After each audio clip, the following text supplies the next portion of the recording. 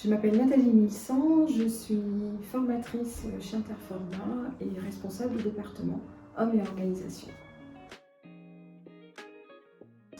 Le bilan de compétences est défini à l'article L6313-10 du Code du travail.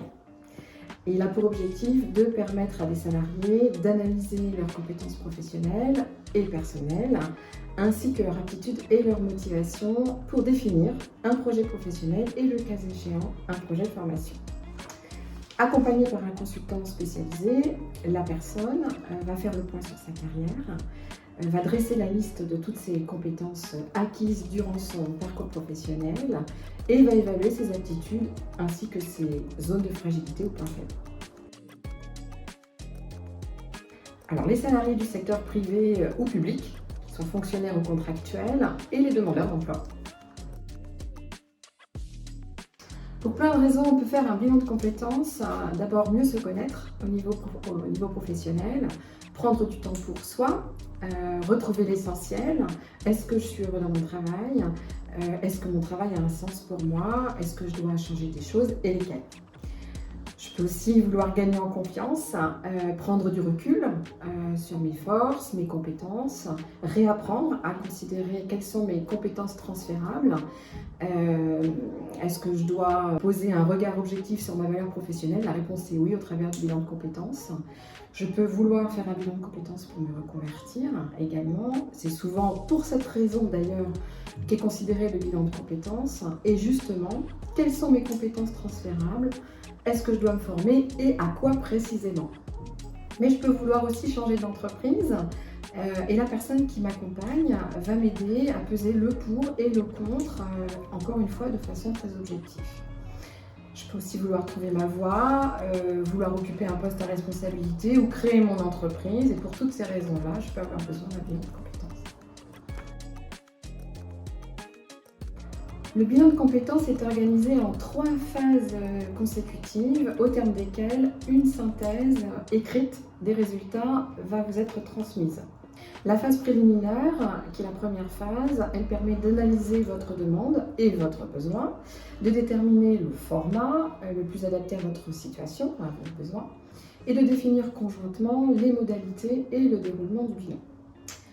La phase d'investigation, qui est la deuxième phase, elle va permettre de construire votre projet professionnel, d'en vérifier la pertinence ou bien d'élaborer une ou des alternatives pour votre projet futur.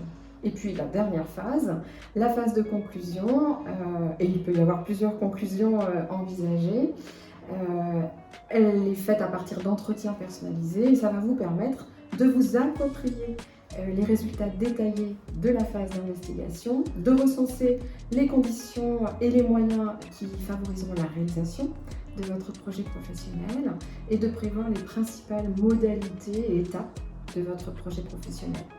Vous pouvez notamment bénéficier d'un entretien de suivi avec le prestataire de bilan de compétences. 2 cas de figure pour le financement dans le cadre du CPF, donc le compte personnel de formation. Le bilan est financé par l'argent dont vous disposez sur votre compte. Si vous ne connaissez pas le montant disponible sur votre compte, vous pouvez vous rendre sur mon compte formation.gouv.fr ou alors dans le cadre du plan de développement ou du congé de reclassement, et alors là, le coût du bilan est financé par l'employeur.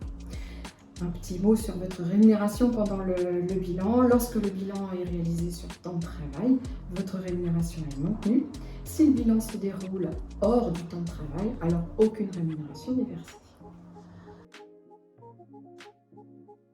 Le bilan de compétences, son principe, c'est qu'il ne s'étale pas sur une trop longue période. Sa durée va être de maximum 24 heures.